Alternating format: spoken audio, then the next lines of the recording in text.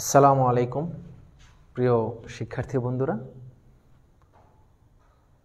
শীতের এই সুন্দর সকালে তোমাদের সবাইকে স্বাগতম জানাচ্ছি 2019-20 শিক্ষাবর্ষের শিক্ষার্থীদের জন্য আজকের স্পেশাল ফিনান্স ক্লাসে। শীত প্রচুর আকারে বিকশিত হচ্ছে, চারপাশে শুধু বিকশিত শীত, শৈত্যপ্রবাহ চলছে। আশা করি সবাই শীতকে দারুণভাবে উপভোগ করছো।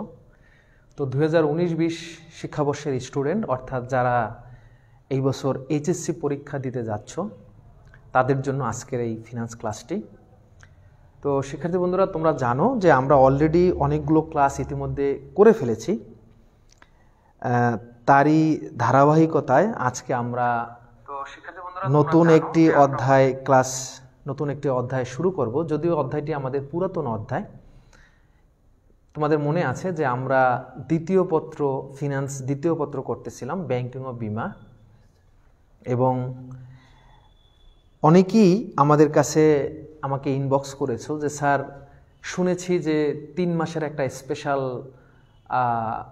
রুটিন হবে, একটা স্পেশাল সিলেবাস হবে যার উপরে আমাদের পরীক্ষা হবে, এরকম একটা কথা তোমরা শুনেছো, আমরাও শুনেছি এনসিটিভি থেকে বা সরকার থেকে। করোনা এই প্রাদুর্ভাবের কারণে একটা স্পেশাল সিলেবাস হতে যাচ্ছে।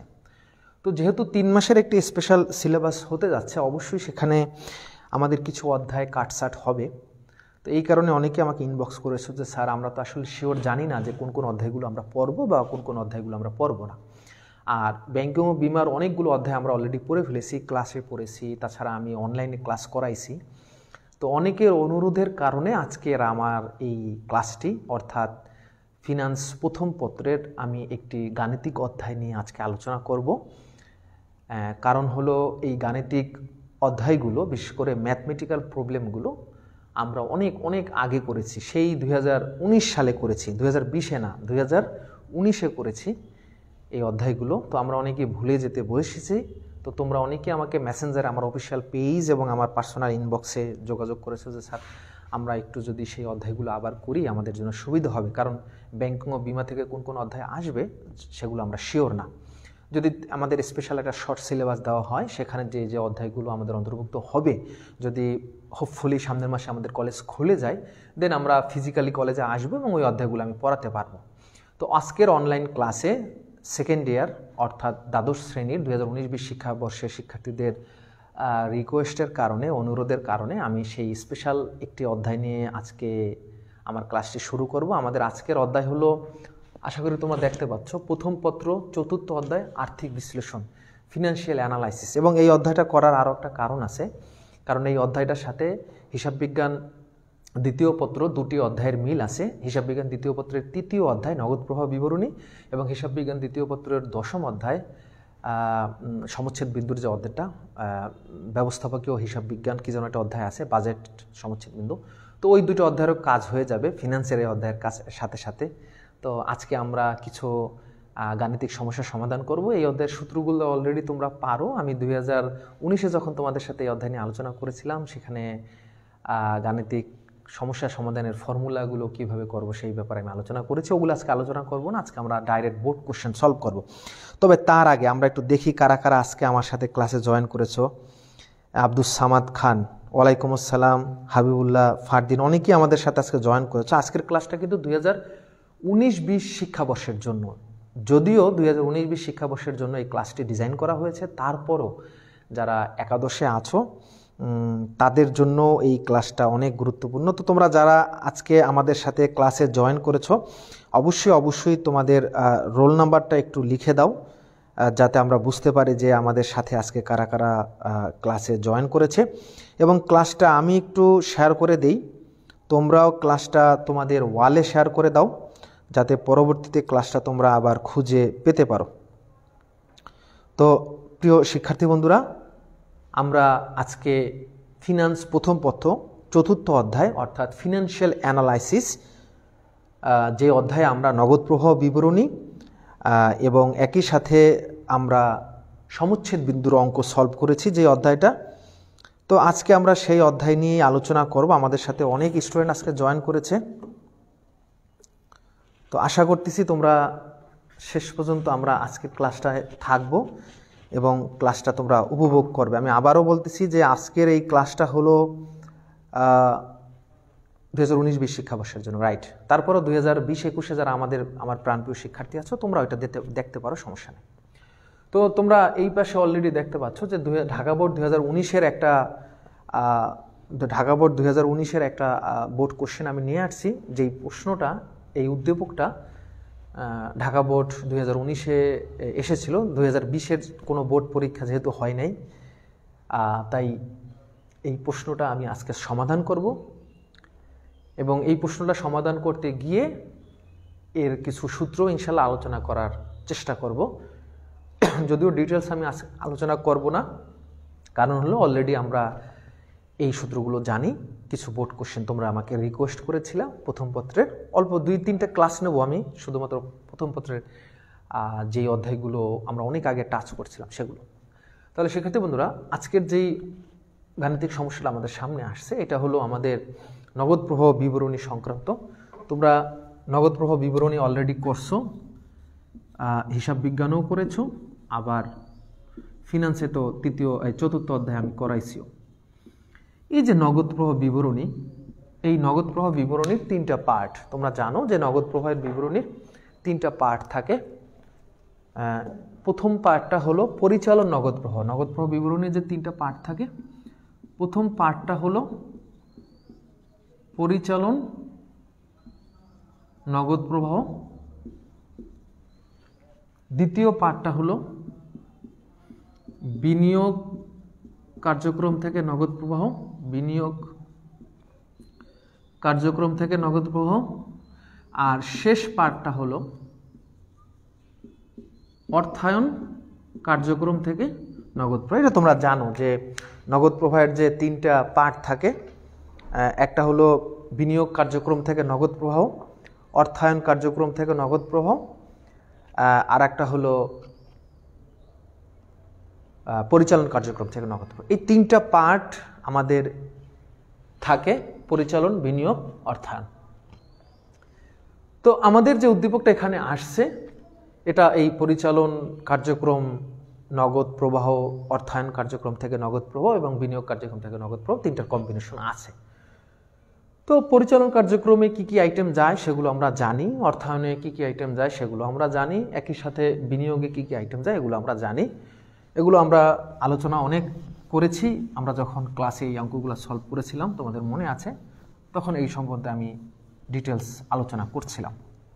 তো ঢাকা বোর্ড 2019-এ যেই প্রশ্নটা এসেছিল উদ্দীপকটা, সেই উদ্দীপকটা আমি এখন পড়ব এবং এই উদ্দীপকটা ইনশাল্লাহ আমি সলভ করব এবং উদ্দীপকটা সলভ করতে গিয়ে আমি আরও কিছু এক্সপ্লেইন করব তোমাদের সামনে। আশা করি তোমরা ক্লাসটা এনজয় করবে। আমি ইতিমধ্যে দেখছি আমাদের সাথে আজকে অনেক স্টুডেন্ট ক্লাসে জয়েন করেছে, যেমন সেকেন্ড ইয়ারের প্রাঙ্গণ আমাদের সাথে জয়েন করেছে। সেকেন্ড ইয়ার স্টুডেন্ট কম জয়েন করেছে, নিয়ামুল হাসান সেকেন্ড ইয়ারের, কিন্তু ফার্স্ট ইয়ারেরই বেশি। সমস্যা নাই, যারা প্রথম বর্ষের একাদশ শ্রেণীর যারা স্টুডেন্ট আসো তারাও আমার এই ক্লাসটি করতে পারে। যদিও তোমাদের এই ক্লাসটি হয়তো আরও 1 মাস বা 1.5 মাস পরে তোমরা এই অধ্যায়টা পাবে, তারপর তোমরা আমাদের সাথে আজকে জয়েন করতে পারো, সমস্যা নেই। আমি উদ্দীপকটা পড়ি। রুবেল লিমিটেডের 2018 সালের 31শে ডিসেম্বর তারিখে তুলনামূলক আর্থিক তথ্যাবলী নিম্নরূপ। তুলনামূলক আর্থিক তথ্যাবলী, তুলনামূলক আর্থিক তথ্যাবলী মানে হলো 2টা বছরের কম্পারেটিভ একটা অ্যানালাইসিস বা কম্পারেটিভ একটা স্টেটমেন্ট, যে ইনফরমেশনগুলো আমাদের এখানে দেয়া আছে। নিট মুনাফা দেওয়া আছে 65,000 টাকা, দেনাদার হ্রাস পেয়েছে 12,000 টাকা, অবচয় আছে 8,000 টাকা, মজুদ পণ্য বৃদ্ধি 15,000 টাকা, যন্ত্রপাতি ক্রয় 60,000 টাকা, পাওনাদার বৃদ্ধি 7,000, শেয়ার বিক্রি বাবদ আছে 50,000 টাকা, লভ্যাংশ প্রদান বাবদ আছে 22,000 টাকা, বন্ডকে শেয়ারে রূপান্তর 40,000 টাকা, প্রারম্ভিক নগদ 47,000 টাকা। আমরা প্রশ্নে পড়ে যাচ্ছি, আমরা প্রত্যেকটা আইটেম একটু অ্যানালাইসিস করার চেষ্টা করি, কারণ এই ধরনের অঙ্ক আমরা অনেক আগে করেছিলাম, তাই না? রাইট। প্রিয় শিক্ষার্থী বন্ধুরা, আমরা জানি যখন আমরা নগদ প্রবাহ বিবরণী তৈরি করি এর যে 3টা পার্ট, ফার্স্ট যে পার্টটা আছে পরিচালন কার্যক্রম থেকে নগদ প্রবাহ, এই cash flow from operating activities, এখানে এই নির্ণয় করার জন্য, পরিচালন কার্যক্রম থেকে নগদ প্রবাহ নির্ণয় করার জন্য আমাদের প্রথম যে আইটেমটা লাগবে সেটাই হলো নিট লাভ বা নিট মুনাফা। এটা সবসময় প্রশ্নে আমাদের দেওয়া থাকে। এরপর এখানে যে আইটেমগুলো আছে, কিছু আইটেম হলো স্থায়ী মানে দীর্ঘমেয়াদী, আবার কিছু আইটেম হলো চলতি বা স্বল্পমেয়াদী। যেমন দেনাদার একটি স্বল্পমেয়াদী আইটেম, অবচয় খরচ এটি একটি অনগদ লেনদেন, মজুদ পণ্য এটি একটি চলতি আইটেম, স্বল্পমেয়াদী আইটেম, যন্ত্রপাতি এটা একটি দীর্ঘমেয়াদী সম্পদ, পাওনাদার বৃদ্ধি এটা একটা চলতি দায় আমরা বলতে পারি, শেয়ার বিক্রি এটা একটি আর্থিক সম্পদ, লভ্যাংশ প্রদান এটা শেয়ারের সাথে সম্পর্কিত, বন্ডকে শেয়ারে রূপান্তর এটা নন ফিন্যান্সিং আইটেম।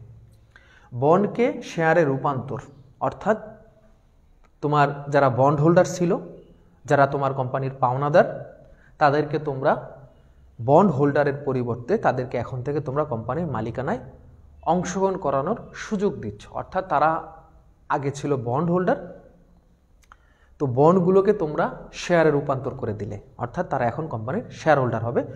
এবং এর দ্বারা কিন্তু কোনো নগদ আন্তঃপ্রবাহ হয় নাই, কোনো নগদ বহিঃপ্রবাহ হয়নি, কারণ বন্ডকে যে শেয়ারে রূপান্তর করছি এর দ্বারা আমার ব্যবসায় টাকা আসেও নাই যায়ও নাই, জাস্ট বন্ড হোল্ডাররা শেয়ার হোল্ডার হয়ে গেছে। এটা একটা নন ফিন্যান্সিং আইটেম। প্রারম্ভিক হাতে নগদ দেওয়া আছে 47,000। এখন দেখো এখানের এই যে আইটেমগুলো, একটা হলো দেনাদার হ্রাস, খেয়াল করো এটা কিন্তু একটা চলতি সম্পদ, দেনাদার এটা একটি চলতি সম্পদ, মজুদ পণ্য এটা একটা চলতি সম্পদ, পাওনাদার বৃদ্ধি এটা একটা চলতি দায়। তো আমরা জানি যে নগদ প্রবাহ বিবরণী যখন আমরা তৈরি করি, তো এখানে আমাদের পরিচালন কার্যক্রম থেকে নগদ প্রবাহ, that means cash flow from operating activities, এটা যখন আমরা ডিটারমাইন করতে চাই, আমাদের প্রথমেই যেটা লাগবে সেটা আমি বলে ফেলেছি, নিট লাভ। তো নিট লাভের সাথে আমরা অবচয় বা অবলোপন যোগ করি, এবং আমাদের অঙ্কে কিন্তু অবচয় আছে। এর সাথে স্থায়ী সম্পদ বিক্রয়জনিত ক্ষতি হলে আমরা যোগ করি, আর স্থায়ী সম্পত্তি বিক্রয়জনিত লাভ হলে আমরা মাইনাস করি। এই ধরনের কোনো আইটেম আমাদের উদ্দীপকে নাই। পরের যে কমন কাজটা সেটা হলো চলতি সম্পদ বৃদ্ধি পেলে আমরা মাইনাস দিই, আর চলতি সম্পদ হ্রাস পেলে আমরা প্লাস দিই। আমাদের যদি চলতি সম্পদ হ্রাস পায় তাহলে আমরা প্লাস দিই, আর আমাদের যদি চলতি সম্পদ বৃদ্ধি পায় তাহলে আমরা মাইনাস দিই। অন্যদিকে চলতি দায় যদি আমাদের হ্রাস পায় তাহলে আমরা মাইনাস করি, কারণ চলতি দায় হ্রাস পেলে আমাদের নগদ টাকা আমাদের ব্যবসা থেকে চলে যায়। যেমন পাওনাদার হ্রাস মানে কি, পাওনাদারকে তুমি তার পাওনা টাকা পরিশোধ করছো, নগদ টাকা চলে গেছে, নগদ বহিঃপ্রবাহ হয়েছে। তো চলতি দায় যখন হ্রাস পায় তখন আমরা মাইনাস করি, আর চলতি দায় যখন বৃদ্ধি পায় তখন আমরা প্লাস করি। তো এই জিনিসটাই কিন্তু আমাদের এই মাথায় ভালো করে খেয়াল করতে হবে। আমরা আবারও বলতেছি, চলতি দায় যদি হ্রাস পায়, শিক্ষার্থী বন্ধুরা এটা তোমরা জানো, আমি ভালো করে খেয়াল করতেছি, তাহলে মাইনাস হয়। চলতি দায় যদি হ্রাস পায় তাহলে আমরা কি করি, মাইনাস করি। কিন্তু চলতি সম্পদ যদি হ্রাস পায় তাহলে কিন্তু আমরা উল্টা করব, অর্থাৎ প্লাস করব। চলতি সম্পদ হ্রাস পেলে নগদ আন্তঃপ্রবাহ ঘটে।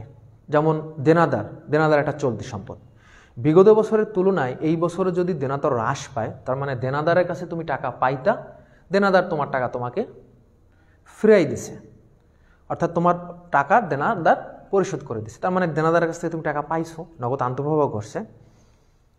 তো চলতি সম্পদ হ্রাস পেলে আমরা প্লাস করি। অন্যদিকে চলতি দায় যদি বৃদ্ধি পায় তাহলে আমরা প্লাস করব। দেখো এইটার উল্টা কিন্তু এইটার উল্টা হলো এইটা, চলতি দায় যদি বৃদ্ধি পায় তাহলে আমরা প্লাস করি। অন্যদিকে চলতি সম্পদ যদি বৃদ্ধি পায় তাহলে আমরা মাইনাস করব। চলতি সম্পদ যদি বৃদ্ধি পায় তাহলে মাইনাস, অর্থাৎ এইটার উল্টা এইটা। তো এইটা আমরা কিন্তু অলরেডি জানি, তারপর আমি আজকে একটু হালকা আলোচনা করছি। এটা আমরা জানি, এটা আমরা যখন ওই অধ্যায়টা করছিলাম তোমাদের মনে আছে আমি আশা করি। আমার বিশ্বাস 1 বছর করোনার একটা দীর্ঘ সময়ের কারণে অনেকে হয়তো এগুলো ভুলে যেতে বসেছ, তাই আমি হালকা একটু আলোচনা করলাম। তো এই আইটেমগুলো এখানে আছে মোটামুটি। এখানে পরিচালন কার্যক্রমেরও কিছু আইটেম আছে, এখানে অর্থায়ন কার্যক্রমেরও কিছু আইটেম আছে, আবার এখানে বিনিয়োগ কার্যক্রমের কিছু আইটেম আছে। যাই হোক, এখন আমরা প্রশ্ন দেখি। আমাদের গ নম্বর প্রশ্ন বলছে পরোক্ষ পদ্ধতিতে পরিচালন কার্যক্রম থেকে নিট নগদ প্রবাহ নির্ণয় করো। পরোক্ষ পদ্ধতিতে পরিচালন কার্যক্রম থেকে নিট নগদ প্রবাহ নির্ণয় করো। তোমরা জানো যে নগদ প্রবাহ বিবরণী বা ক্যাশ ফ্লো স্টেটমেন্ট যেটা আমরা বলি, এই নগদ প্রবাহ বিবরণী বা ক্যাশ ফ্লো স্টেটমেন্ট এটা দুইভাবে করা যায়। একটা হলো ডিরেক্ট মেথড প্রত্যক্ষ পদ্ধতি, আর একটা হলো ইনডিরেক্ট মেথড বা পরোক্ষ পদ্ধতি। আমাদের ফিনান্সে সাধারণত পরোক্ষ পদ্ধতিটাই বেশি আসে, কিন্তু হিসাব বিজ্ঞান দ্বিতীয় পত্র তৃতীয় অধ্যায়ে গিয়ে আমাদের ডিরেক্ট মেথড বা প্রত্যক্ষ পদ্ধতির অঙ্ক আমরা দেখি। ঠিক আছে, তো পরোক্ষ পদ্ধতিতে আমাদের প্রথম পার্ট করতে বলেছে পরিচালন কার্যক্রম থেকে নগদ প্রবাহ। এটাও আমাদের একটা প্রশ্ন। আর ঘ নম্বর প্রশ্ন আমাদের বলছে 2018 সালে নগদ প্রবাহ বিবরণী তৈরি করে সমাপনী নগদ তহবিল নির্ণয় করো। তোমরা যদি খেয়াল করো যে আমাদের কিন্তু প্রশ্নে দেওয়া আছে প্রারম্ভিক নগদ তহবিল 47,000 টাকা। আর ঘ নম্বর তোমাকে প্রশ্ন করেছে যে 2018 সালের একটি সম্পূর্ণ ফুল নগদ প্রবাহ বিবরণী তৈরি করে সমাপনী নগদ তহবিল নির্ণয় করো। তার মানে আমাদের এখানে গ নম্বরে আমরা শুধুমাত্র পরিচালন কার্যক্রম থেকে নগদ প্রবাহ একটা পার্ট পেয়েছি। ওই একটা পার্টের অ্যান্সার নিয়ে বাকি যে দুইটা পার্ট মানে অর্থায়ন কার্যক্রম থেকে নগদ প্রবাহ এবং বিনিয়োগ কার্যক্রম থেকে নগদ প্রবাহ, এই তিনটা পার্টের রেজাল্ট নিয়ে একটা নগদ প্রবাহ বিবরণী তৈরি করে প্রারম্ভিক নগদ তহবিলের সাথে যোগ করে আমরা সমাপনী নগদ তহবিল নির্ণয় করব। তো এটা ছিল মোটামুটি আমাদের প্রশ্ন। আমাদের সাথে এখানে অনেক স্টুডেন্ট অলরেডি জয়েন করেছে। আমি সেকেন্ড ইয়ার যারা আছে তাদের দৃষ্টি আকর্ষণ করে বলছি, তোমাদের আগ্রহের কারণেই কিন্তু আমি এই অধ্যায়টা শুরু করেছি। তো তোমরা ক্লাসে থাকার চেষ্টা করবা। যদি কোনো কারণে এখন ক্লাসটা না করতে পারো, নো প্রবলেম, ক্লাসটা আমাদের পেজে থাকবে, এছাড়া আমার ইউটিউব চ্যানেলেও থাকবে। তোমরা সেখান থেকেও পরবর্তীতে ক্লাসটা করে নিতে পারবে সুবিধাজনক সময়। রাইট, তাহলে শিক্ষার্থী বন্ধুরা আমি এখন গ নম্বর প্রশ্ন সলভ করতে যাব। তো গ নম্বর প্রশ্ন সলভ করার জন্য আমাদের একটা ছক কাটতে হবে, যেই ছকে আমাদের টাকার ঘর থাকবে দুটো করে। তাহলে আমরা ছকটা কাটি।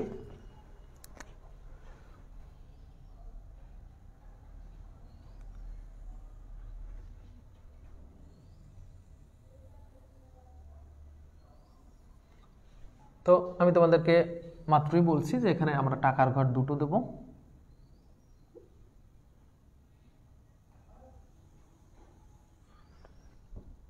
স্কেল নাই তাই একটু উল্টা মানে হতে পারে। এখানে আমরা দেব বিবরণ, এটা আমরা দিতে পারি বিস্তারিত টাকা, পরিমাণ টাকা, বা শুধু দুইটা টাকা আমরা লিখতে পারি।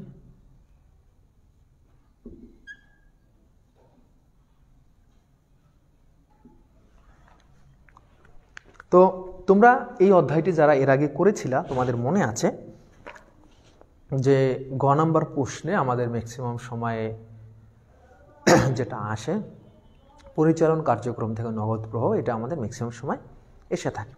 তো উপরে আমরা কোম্পানির নাম দেব। আমাদের কোম্পানির যে নামটা আছে রুবেল লিমিটেডের,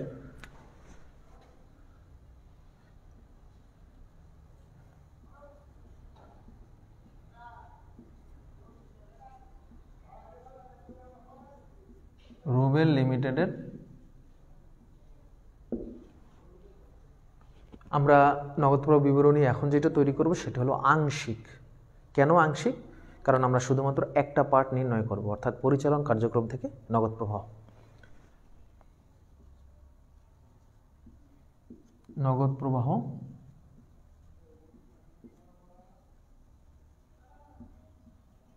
বিবরণী এখানে আমরা আংশিক দিতে পারি। আংশিক দেওয়ার কারণ হলো আমরা শুধু একটা পার্ট করব। তারিখের ঘরে লিখব 2018 সালের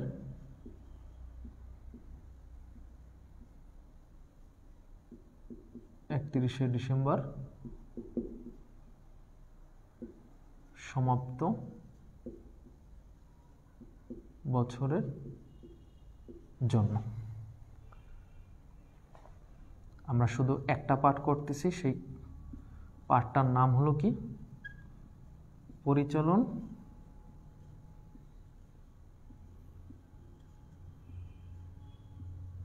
কার্যক্রম থেকে নগদ প্রবাহ। আমরা শুধু এই একটা পার্ট করতেছি, পরিচালন কার্যক্রম থেকে নগদ প্রবাহ। এই কারণে আমরা এখানে আংশিক লিখেছি। রাইট।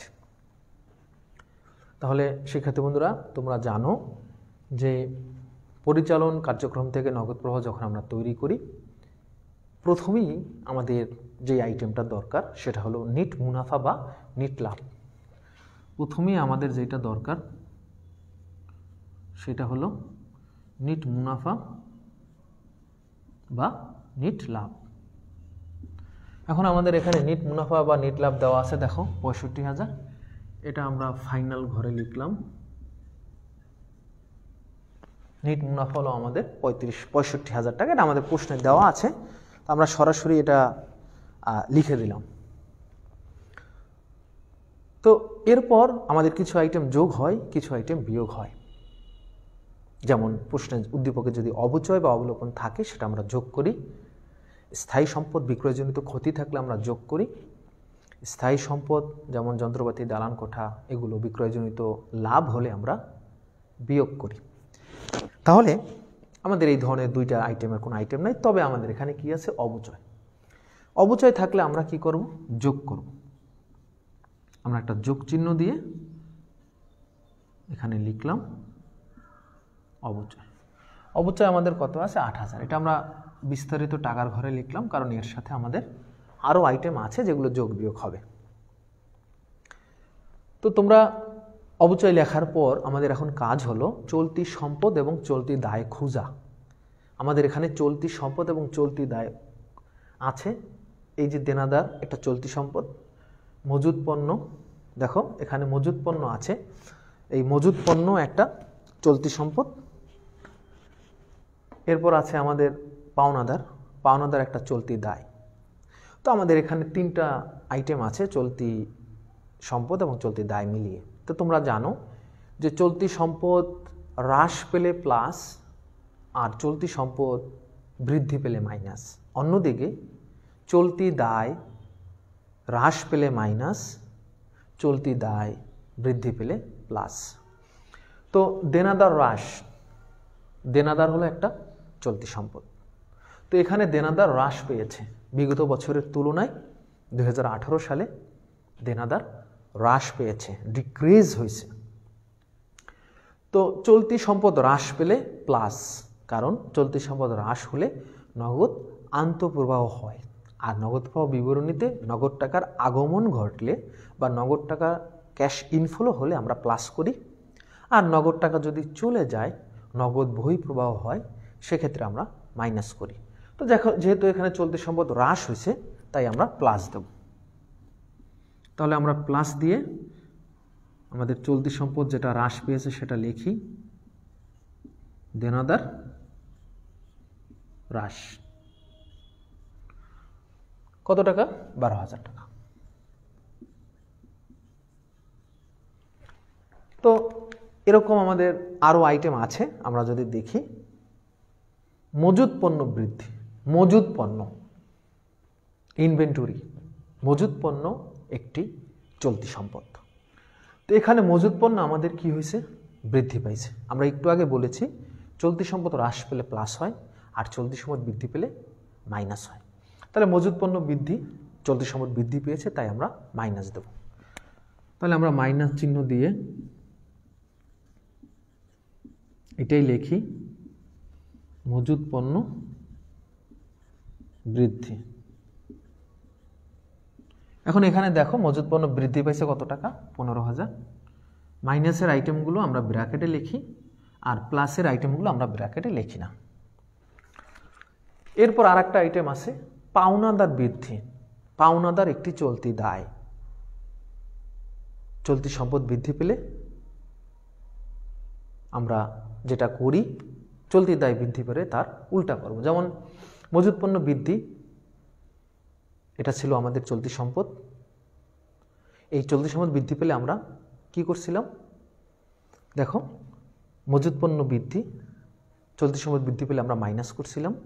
কিন্তু চলতি দায় বৃদ্ধি পেলে আমরা প্লাস করব, অর্থাৎ পাওনাদার বৃদ্ধি, এটা আমাদের একটা চলতি দায় বৃদ্ধি পেয়েছে, তাই আমরা উল্টা চলতি সম্পদ বৃদ্ধি পেলে যেখানে মাইনাস হয় এর উল্টা হবে চলতি দায় বৃদ্ধি পেলে, মানে প্লাস হবে। তাহলে আমরা প্লাস চিহ্ন দেই। আমাদের চলতি দায়ের নাম হলো পাওনাদার বৃদ্ধি। কত টাকা পাওনাদার বৃদ্ধি পেয়েছে? 7,000। এখন আমরা এখানে সব যদি যোগ করি, 8 আর 12 20, 27, 27 থেকে 5 গেলে হয় 22, 22 থেকে 10 গেলে হয় 12,000। তার মানে এখানে যোগ বিয়োগ করে আমরা মোট পাই কত? 12,000। এখন এই 65,000 আর 12,000 আমরা কি করব? যোগ দেব। তার মানে আমাদের পরিচালন কার্যক্রম থেকে নিট নগদ প্রবাহ 77,000 মানে 77,000, যেটা আমাদের জানতে চাওয়া হয়েছিল গ নম্বরে। পরোক্ষ পদ্ধতিতে পরিচালন কার্যক্রম থেকে নিট নগদ প্রবাহ নির্ণয় করা। আমরা নিট নগদ প্রবাহ নির্ণয় করেছি 77,000। তো এটা হলো আমাদের গ নম্বর প্রশ্ন। এখন আমরা ঘ নম্বর প্রশ্ন সলভ করব। তো শিক্ষার্থী বন্ধুরা, আমি এটা মুছে দেই, কারণ এখানেই আমি আবার ঘ নম্বর প্রশ্নটা করব। আশা করি তোমরা বুঝতে পারতেছ। যদি তোমাদের কোনো বুঝতে সমস্যা হয় দয়া করে কমেন্টসে তোমরা লিখবা। আবারও বলতেছি, এটা 2019-20 শিক্ষাবর্ষ, অর্থাৎ দ্বাদশ শ্রেণী, যারা এই বছর এইচএসসি পরীক্ষা দিতে যাচ্ছে তাদের জন্য স্পেশাল ক্লাস, তাদের রিকোয়েস্টের কারণে। আর যারা ফার্স্ট ইয়ারে আসো একাদশে, তারাও ক্লাসটি করতে পারো, কারণ এটা তোমাদের সামনেই করানো হবে। তাহলে শিক্ষার্থী বন্ধুরা, আমি দেখতে পাচ্ছি অনেকেই জয়েন করেছে। বিথি জয়েন করেছে, অর্পিতা জয়েন করেছে, মুরাদ জয়েন করেছে, ওসাম জয়েন করেছে, আব্দুস সামাদ, নিয়ামুল হাসান, অনেকে আজকে আমাদের সাথে জয়েন করেছে। রাইট, যারা জয়েন করেছে তাদেরকে আমার ক্লাসে স্বাগতম জানাচ্ছি। তো এখন আমরা আজকে ঘ নম্বর প্রশ্নটা সলভ করব, তাহলে আমাদের এই গাণিতিক উদ্দীপকটি সলভ করা শেষ হবে। 2018 সালের নগদ প্রবাহ বিবরণী তৈরি করে সমাপনী নগদ তহবিল নির্ণয় করো।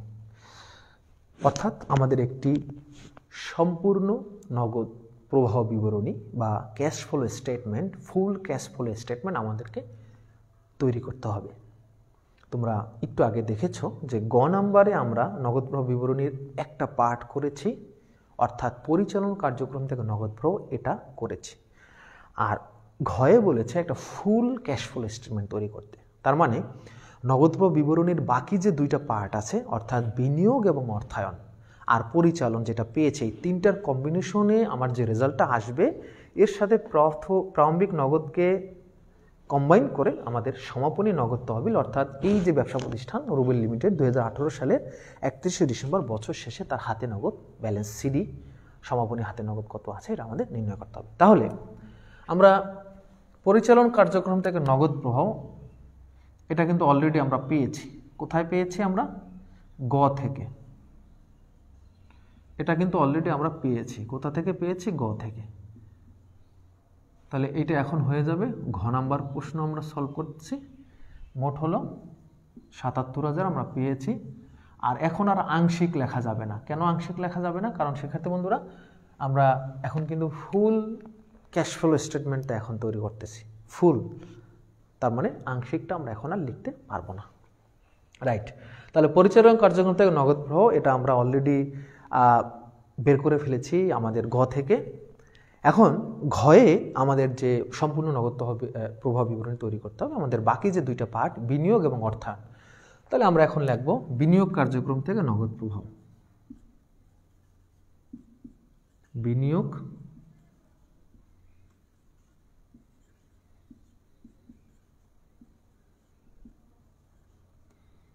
কার্যক্রম থেকে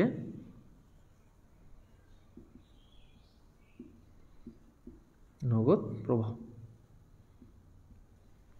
বিনিয়োগ কার্যক্রম, investment, cash flow from investing activities. First one কি ছিল? Cash flow from operating activities. এখন আমাদের cash flow from investing activities বা বিনিয়োগ কার্যক্রম থেকে নগদ প্রবাহ নির্ণয় করতে হবে। তো বিনিয়োগে কি কি যায়? স্থায়ী সম্পত্তি ক্রয় এবং বিক্রয় বা কোথাও তুমি ইনভেস্ট করছো সেই আইটেমগুলো এখানে যায়। যেমন স্থায়ী সম্পত্তি যদি তুমি ক্রয় করো সেক্ষেত্রে নগদ বহিঃপ্রবাহ ঘটে, সেই আইটেমগুলো মাইনাস হবে। আর স্থায়ী সম্পত্তি যদি তুমি বিক্রি করো, সেল করো, দেন তোমার এখানে ক্যাশ ইনফ্লো হবে, নগদ টাকা আসবে, তাই ওই আইটেমগুলো আমরা যোগ করব। আমি আবার বলতেছি, স্থায়ী সম্পদ যেমন দালান কোঠা, জমি, যন্ত্রপাতি, মেশিন, এগুলো যখন তুমি ক্রয় করবা এটা মাইনাস হবে, কারণ নগদ বহিঃপ্রবাহ হবে। আর এগুলো যখন তুমি বিক্রি করবা মানে টাকা আসবে, তখন তুমি যোগ করবা। আর একটা জিনিস মনে রাখবা, তুমি যখন শেয়ার বিক্রি করো সেটা কিন্তু বিনিয়োগ কার্যক্রমে যায় না, সেটা যায় অর্থায়ন কার্যক্রমে। তুমি শেয়ার ঋণপত্র যখন ইস্যু করো, শেয়ার বা ঋণপত্র যখন তুমি সিকিউরিটিজ মার্কেট বা শেয়ার বাজারে ইস্যু করো, বিক্রি করো, ওই আইটেমগুলো বিনিয়োগে আসবে না, ওই আইটেমগুলো অর্থায়ন কার্যাবলীতে যাবে। আর তুমি যদি শেয়ারে বিনিয়োগ করো, তুমি যদি ঋণপত্রে বিনিয়োগ করো, অর্থাৎ তুমি শেয়ার বা ঋণপত্র ক্রয় করো, ইনভেস্ট করো, দেন ওই আইটেমগুলো এখানে আসবে। এখন আমরা একটা খুঁজি আমাদের উদ্দীপকে বিনিয়োগ কার্যক্রমের সাথে সংশ্লিষ্ট কী কী আইটেম আছে। তো এখানে আমার বিশ্বাস তোমরা এখনই দেখতে পাবে, এখানে বিনিয়োগ কার্যক্রমে আমাদের এই একটা আইটেম আছে, দেখো একটাই বোধহয় আইটেম আছে, যন্ত্রপাতি ক্রয়। এখানে স্থায়ী সম্পদ আর কোনো আইটেম নাই, একটাই আইটেম আছে, যন্ত্রপাতি ক্রয়। তাহলে যন্ত্রপাতি ক্রয়ের দ্বারা আমাদের নগদ টাকা চলে যায়, নগদ বহিঃপ্রবাহ ঘটে। আমরা জানি যে নগদ প্রবাহ বিবরণীতে যদি টাকা আসে তাহলে যোগ হয়, আর নগদ প্রবাহ বিবরণীতে যদি টাকাটা চলে যায়, ক্যাশ আউটফ্লো ঘটে, দেন আমরা সেগুলো বিয়োগ করি। তাহলে আমরা এখানে বিয়োগ দিয়ে লিখতে পারি যন্ত্রপাতি ক্রয়। এখন এই যে যন্ত্রপাতি ক্রয় আমাদের কত আছে, 60,000। এখানে আর এই ঘরে আমরা লিখলাম না, সরাসরি আমরা এই ঘরে লিখে দিই, কারণ এখানে আমাদের আইটেম একটা আইটেম থাকলে সেটা আমরা বিস্তারিত টাকার ঘর আর আমাদের ইউজ করার দরকার নেই, আমরা সরাসরি পরিমাণ টাকা লিখতে পারি। তবে সুন্দর করে এটা লেখা যায় কীরকম জানো, এখানে 60,000 লিখে পরে আবার আর একটা লাইন লিখবা, বিনিয়োগ কার্যক্রম থেকে নিট নগদ ব্যবহৃত। মাইনাস মানে হলো নগদ টাকা ব্যবহৃত হয়েছে, আর প্লাস মানে হলো নগদ টাকার আগমন ঘটেছে, অর্থাৎ সরবরাহ ঘটেছে। যদি মাইনাস কোনো আইটেম হয় সেটা আমরা লিখতে পারি নেট নগদ ব্যবহৃত, ইউজড হয়েছে। আর যদি প্লাস কোনো আইটেম থাকে সেগুলো, প্লাস যদি থাকে সেগুলো আমরা লিখতে পারি নিট নগদ সরবরাহ। তো আমরা অত জটিলভাবে লিখলাম না। এখন ফাইনাল পার্ট, অর্থাৎ অর্থায়ন কার্যক্রম থেকে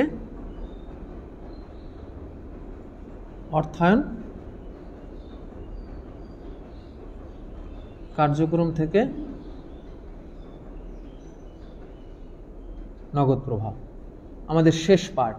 আমরা জানি যে নগদ প্রবাহ বিবরণীতে 3টা পার্ট থাকে, সেই 3টা পার্টের আমরা প্রথম পার্ট লিখছি পরিচালনা কার্যক্রম থেকে নিট নগদ প্রবাহ, বিনিয়োগ কার্যক্রম থেকে নিট নগদ প্রবাহ, অর্থায়ন কার্যক্রম থেকে নিট নগদ প্রবাহ। নিট শব্দটা আমরা লিখি নাই, আমার জায়গা ছিল না, কিন্তু তুমি অবশ্যই পরীক্ষার খাতায় নিট শব্দটা লিখবা, নিট নগদ প্রবাহ। এখন অর্থায়ন কার্যক্রম, financing, cash flow from financing activities. তো ফাইন্যান্সিং অ্যাক্টিভিটিসে কী কী আইটেম যায়, সব শেয়ার বাজার রিলেটেড, যেমন শেয়ার ইস্যু, ঋণপত্র ইস্যু, লভ্যাংশ প্রদান, বন্ড পরিশোধ, ঋণপত্র পরিশোধ, ঠিক আছে, প্রদেয় বন্ড বৃদ্ধি বা বন্ড ইস্যু করছে, এই সকল আইটেমগুলো যেগুলো শেয়ার বাজার রিলেটেড, এরকম আইটেমগুলো আমাদের এই অর্থায়ন কার্যাবলীতে যায়। কোনো কারণে এই সকল আইটেম দ্বারা যদি ক্যাশ আগমন ঘটে, ক্যাশ ইনফ্লো ঘটে, সেটা আমরা প্লাস করব। আর কোনো কারণে যদি এই সকল আইটেম দ্বারা নগদ টাকা চলে যায় তাহলে আমরা মাইনাস করব। তাহলে এখন আমরা দেখি যে এরকম আইটেম আমাদের এখানে কি কি আছে। আশা করি তোমরা দেখতে পাচ্ছ, আমি তারপরে একটু মার্ক করে দেই। যেমন এখানে একটা আইটেম আছে শেয়ার বিক্রি, তুমি শেয়ার ইস্যু করছো মানে শেয়ার বিক্রি করছো, তার মানে টাকা আসছে, এটা প্লাস আইটেম। লভ্যাংশ প্রদান মানে তুমি তোমার শেয়ার হোল্ডারদেরকে ডিভিডেন্ড পে করেছো, এটা টাকা চলে গেছে, মাইনাস হবে। এখানে আরও একটি আইটেম আছে বন্ডকে শেয়ারে রূপান্তর, কিন্তু এটা নন ফিন্যান্সিং আইটেম, এটা আসবে না। কেন আসবে না? কারণ হলো এর দ্বারা নগদ আন্তঃপ্রবাহ বা বহিঃপ্রবাহ কিছুই ঘটে নাই, তুমি যা বন্ডকে শেয়ারে রূপান্তর করে দিয়েছ, তার মানে এটা নন ফিন্যান্সিং আইটেম। ক্যাশ ফ্লো ইনও হয় নাই, ক্যাশ ফ্লো আউটও হয় নাই। কিন্তু যদি এটা থাকতো বন্ড ইস্যু, শেয়ার ইস্যু, দেন আসতো। তাহলে আমরা দুইটা আইটেম পেয়েছি, শেয়ার বিক্রি এটা প্লাস আইটেম, আর লভ্যাংশ বিক্রি প্রদান এটা টাকা চলে গেছে তাই এটা মাইনাস হবে। তাহলে আমরা শেয়ার বিক্রি যোগ চিহ্ন দিয়ে লিখতে পারি শেয়ার বিক্রি, এটা একটা প্লাস আইটেম। অর্থায়ন কার্যক্রমের একটা প্লাস আইটেম হলো শেয়ার বিক্রি। শেয়ার বিক্রি কত আছে? 50,000। আর একটা আছে লভ্যাংশ প্রদান। লভ্যাংশ প্রদানটা আমরা মাইনাস করব, কারণ টাকা চলে গেছে।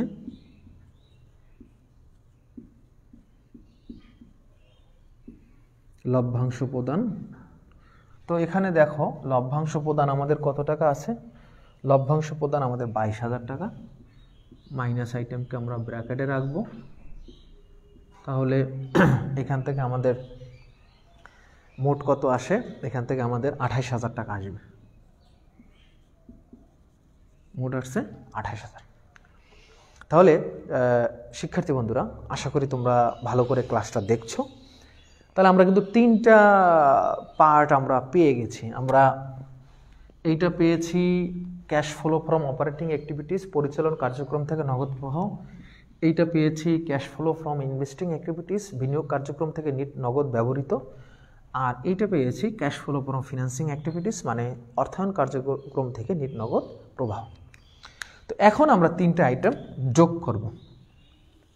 এই 3টা পার্টের টাকাকে যোগ করার পর যদি আমাদের প্লাস ফিগার আসে, তাহলে আমরা লিখব নিট নগদ বৃদ্ধি। আর এই 3টা পার্টের অ্যামাউন্ট যদি যোগ করে আমাদের রেজাল্ট নেগেটিভে আসে, তখন আমরা লিখব নিট নগদ হ্রাস। তো এখানে আসে 77,000 আর 60,000, তার মানে এখানে হয় 17,000। 17 আর 28, তার মানে আমাদের মোট আসে 45,000। এখানে আসে 77 থেকে 60 বাদ দিলে 17, 17 8 7 15, 17 আর 15 হলো 17,000, 20,000 আর 8,000, মোট হলো 45,000। রাইট, তাহলে আমাদের এখানে মোট কত আসে?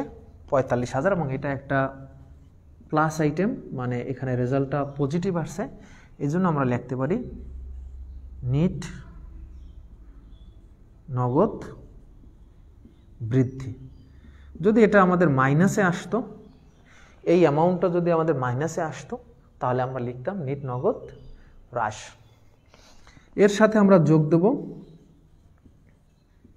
প্রারম্ভিক নগদ তহবিল বা প্রারম্ভিক হাতে নগদ, যেইটাই লেখো প্রারম্ভিক নগদ, যেহেতু আমাদের বের করতে বলছে সমাপনী নগদ। আমাদের প্রারম্ভিক নগদ কত আছে? দেখো 47,000। প্রারম্ভিক নগদ কত আছে? 47,000। তাহলে আমাদের রেজাল্ট কত আসে? 92,000। কত আসবে রেজাল্ট? 92,000। এই যে 92,000 টাকা আমাদের আসলো, এইটাকে আমরা কি বলবো? সমাপনী নগদ তহবিল বা সমাপনী নগদ। সমাপনী নগদ বা সমাপনী নগদ তহবিল। আশা করি শিক্ষার্থী বন্ধুরা তোমরা বুঝতে পারতেছো। এই যে রেজাল্টটা বের হইলো, মাত্র যে রেজাল্টটা বের হলো 92,000 টাকা, এই টাকাকে আমরা বলি সমাপনী নগদ তহবিল বা সমাপনী নগদ। আমাদের কিন্তু প্রশ্নে এটাই চেয়েছিল। আমরা যদি প্রশ্নটা আবার দেখি, 2018 সালে নগদ প্রবাহ বিবরণী তৈরি করে সমাপনী নগদ তহবিল নির্ণয় করো। রাইট, তাহলে আমরা সমাপনী নগদ তহবিল কত পেয়েছি? 92,000। এখানে তোমাকে আর কোনো এক্সট্রা কোনো কমেন্টস করার দরকার নাই, জাস্ট অঙ্কটাই তোমাকে করতে বলছে। বাট অনেক সময় এখানে আরও একটু অ্যানালাইটিক্যাল বা একটু বিশ্লেষণ টাইপের কোশ্চেন থাকে। যেমন এরকম থাকতে পারে যে 2018 সালে একটি নগদ প্রবাহ বিবরণী তৈরি করে নগদ বৃদ্ধির কারণ ব্যাখ্যা করো, অথবা নগদ টাকা হ্রাস পাওয়ার কারণ ব্যাখ্যা করো, চাইতেই পারে। তুমি দেখো যে আমরা শুরু করছিলাম 77,000 টাকা দিয়ে পরিচালন পার্টে, বাট অ্যাট দ্য ইন্ড, অর্থাৎ 31 ডিসেম্বরে আমরা পেয়েছি 92,000। তার মানে বছর শেষে এই ব্যবসায় নগদ টাকা বৃদ্ধি পেয়েছে। তো এখানে যদি প্রশ্ন করে যে why is cash increased, what are the reasons behind this increasing, just explain your opinion, এরকম যদি কোশ্চেন থাকে, দেন আমরা এই নগদ প্রবাহ বিবরণীতে দেখতে হবে যে কোন অ্যামাউন্টের কারণে আমাদের টাকা বেড়ে গেছে। যেমন আমরা যদি অর্থায়ন কার্যক্রম দেখি, অর্থায়ন কার্যক্রমে আমরা শেয়ার বিক্রি করেছি, একটা হিউজ অ্যামাউন্ট ক্যাশ ইনফ্লো ঘটেছে 50,000 টাকা। আবার পরিচালন কার্যক্রমেও আমরা কিন্তু একটা বড় অ্যামাউন্ট ক্যাশ ইন করেছি, ঠিক আছে। যদিও আমাদের এখানে একটা হ্রাস হয়েছিল যন্ত্রপাতি ক্রয় বাবদ, বাট এই দুইটার সাপোর্টের কারণে আমাদের নগদ টাকা বৃদ্ধি পেয়েছে। এরকম প্রশ্ন তোমাদের অনেক সময় আসতে পারে, আমি জানি এগুলো আসে ম্যাক্সিমাম সময়। তো প্রিয় শিক্ষার্থী বন্ধুরা, এই হলো আজকের আলোচনা। আমরা 2019 সালের ঢাকা বোর্ডে আসা প্রশ্নটি সলভ করেছি। ঢাকা বোর্ডে কিন্তু চতুর্থ অধ্যায় থেকে আরও একটি কোশ্চেন এসেছে এই অধ্যায় থেকে। এই অধ্যায়ের যে আরেকটা পার্ট আছে, অর্থাৎ break even point analysis, BEP, অর্থাৎ সমচ্ছেদ বিন্দু, সেখান থেকে একটা কোশ্চেন এসেছে। এবং এই অধ্যায়টা খুবই ছোট, ভিতরে বড় একটা অধ্যায়, কারণ এখানে দুইটা সাব চ্যাপ্টার আছে। একটা হলো নগদ প্রবাহ বিবরণী আর একটা হলো সমচ্ছেদ বিন্দু বিশ্লেষণ। তো আমার বিশ্বাস যে যেহেতু ঢাকা বোর্ড 2019-এ দুইটা প্রশ্ন এসেছে, তোমাদের অর্থাৎ 2021 সালে এবার ঢাকা বোর্ডে বা সমন্বিত বোর্ড যদি হয়, তাহলেও এখান থেকে অবশ্যই একটা প্রশ্ন তো আসবেই, দুইটাও আসতে পারে। So get prepared, take enough decision that তোমাকে কি করতে হবে, কিভাবে তুমি প্রশ্নের অ্যান্সার দেবা। তোমাদের সময় কিন্তু খুবই লিমিটেড, জীবন থেকে কিন্তু একটা বছর কলেজে আসা ছাড়াই প্রায় কাটাই দিলা, তাই না? রাইট। তারপর আমার বিশ্বাস আসলে তোমরা একটা বছর আমাদের আনটাচড অবস্থায় ছিলে না, কারণ আমরা অনলাইন ভার্চুয়াল প্ল্যাটফর্ম ব্যবহার করে, ফেসবুক লাইভ অথবা জুম বা any others type of online platform ব্যবহার করে আমরা তোমাদেরকে কানেক্টেড করার চেষ্টা করছি। এনিহাও তোমরা ভালো থাকবা, নিরাপদে থাকবা, দোয়া করবা। নেক্সট ক্লাসে আমি এই অধ্যায়ের আরও কিছু গাণিতিক সমস্যার সমাধান করব। সেই পর্যন্ত বিদায় নিচ্ছি। আসসালামু আলাইকুম রহমতুল্লাহ।